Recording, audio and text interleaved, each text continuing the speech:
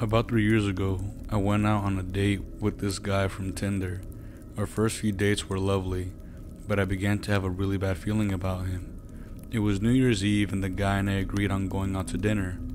We went out for food and drinks and we were having a great time. Such a great time that I invited him to come stay with me at my place that night. We decided to head home early in order to avoid the large crowd celebrating New Year's. We were heading towards my house, and out of the blue, he asked me what my darkest obsessions were. Confused and intoxicated, I asked him to elaborate. He asked me if I ever fantasized about killing someone. In my drunken stupor, I began to laugh, thinking he was joking. I grabbed his hand and looked over at him, thinking he would be laughing too, but he had a straight face. I got a slight chill, but nothing that raised any red flags yet. He went on to grab my hand, and I thought it was cute and romantic, but what he said next really raised every red flag imaginable. He told me that I had very nice skin, and he was jealous that I got to wear it. That comment made me uncomfortable, and he noticed. My hands became clammy, and I was too uncomfortable to pull away. Luckily, he did that for me. We got to my place, and I decided it was best if we stay in different rooms. I told him I wasn't feeling well, and he agreed to stay on the couch. I was lying under the covers ready to go to sleep when I began to hear him pacing around my living room. Mind you, I lived in a small one-bedroom apartment, and my living room was literally on the other side of the bedroom wall. I could hear him walking around and mumbling something under his breath. At one point, I heard the front door open and he stepped out. He probably stepped out to have a cigarette or something, and I took that as my opportunity to lock the bedroom door. In hindsight, I should have locked him out of my apartment entirely, but in the off chance he was still in my apartment, I didn't want to risk my safety. I kept trying to convince myself it was all in my head and I was being drunk and paranoid. I heard him step back into the front door, confirming I was alone for about 5 minutes in my apartment. I must have drifted off at some point, but I was suddenly awoken by a knock on my bedroom door. Startled, I sat up in bed and stared at the door quietly. I could see the shadow of his feet at the bottom of the door. He stood there for about 10 seconds. I almost had a full-on panic attack when he started to fiddle with the doorknob. I yelled at him and told him to stop, but he wouldn't. He was persistent. I told him to leave or I'd be calling the police. The effort to enter my room intensified, and as soon as I put the 911 dispatcher on speaker, it stopped. Everything stopped. The house was silent. I didn't hear anything for the 5 minutes it took police to show up. I heard a knock on the door. The police announced themselves and walked in. The front door had been left open. I stayed in my room until the officers instructed me to come out. I walked into my living room to be met with 2 police officers. Nothing could have prepared me for what I saw next. On my couch, there was a plastic tarp, cleaning gloves, 2 knives, one for hunting, the other for filleting, a rubber apron, a gallon each of ammonia and bleach, all placed neatly in a line. The officers collected as much information as they could from me and advised me to stay somewhere else for the night. My date was never caught, and I worried for months he would find me somehow. I have since moved out of state and started going to therapy weekly. I can't help but think what would have become of me if I didn't lock my bedroom door. This event took place about 5 years ago. I still live with my dad, and my dad works nights, so I'm home alone most nights until 2 a.m. or later. It was New Year's Eve night, and per usual, I didn't have any plans. My friends were all out on dates with their boyfriends, and sadly, I didn't have a date this year.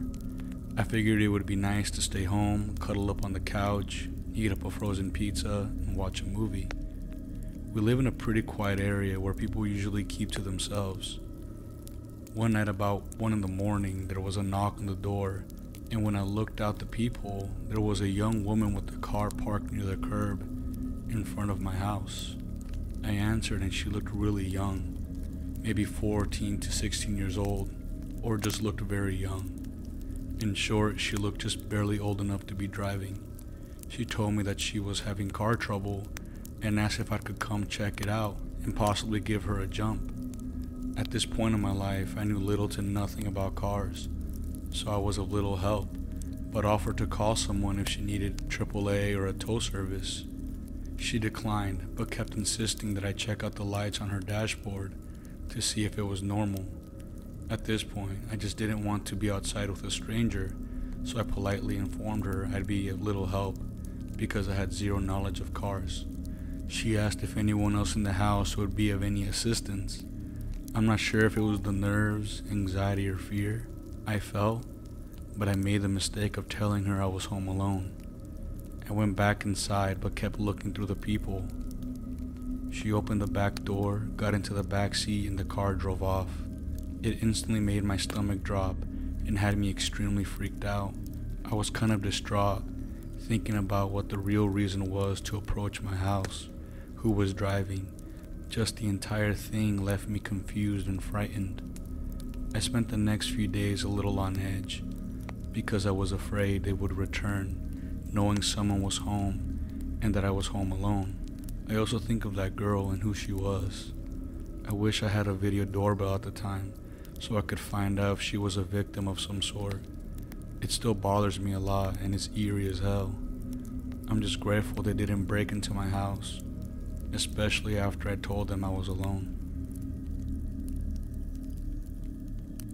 This is a true personal scary story that was told to me by my dad, and I'll tell it in his perspective. It was mid-September. I was contracted to work on a property in the mountains. The area I live in is very forested and mountainous. It's the perfect getaway for someone who enjoys isolation. I was working at a construction site when the landowner approached me and asked if I could help him move some of the branches he had cut down. He offered to pay me extra for my help, and I agreed. We will call the man Bill. Bill asked me to set the branches anywhere, and I figured I'd set them next to this rundown garage. The garage was falling apart. The wood was rotted. I felt the garage door could fall on me at any time if I set the branches down too hard. I could also smell this awful stench. It smelled like rotting flesh. As I continued to work, Bill approached me and asked if I could keep the branches neat and rake everything up when I was done.